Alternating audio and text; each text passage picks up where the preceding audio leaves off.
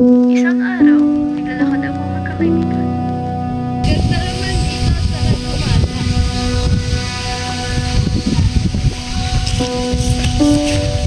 Nag-aya si Gina na gumala sila sa pinuntahan nila. Ang misteryo ng baklang multo.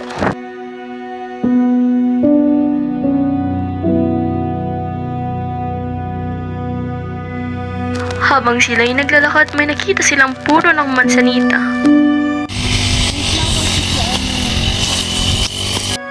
At habang papunta si Gina sa kanyang pagsisiaran, may nakita siya.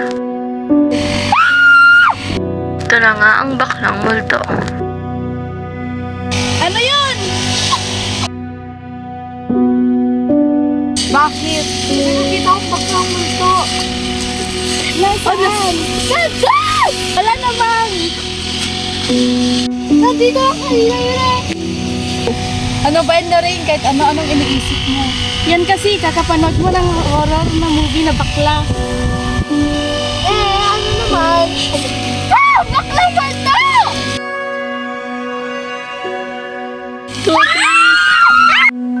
Hinabol sila ng baklang multo dahil may gusto itong sabihin. Ngunit, Dahil sila ay natakot, tumakbo na lang sila. rar, rar, rar, rar.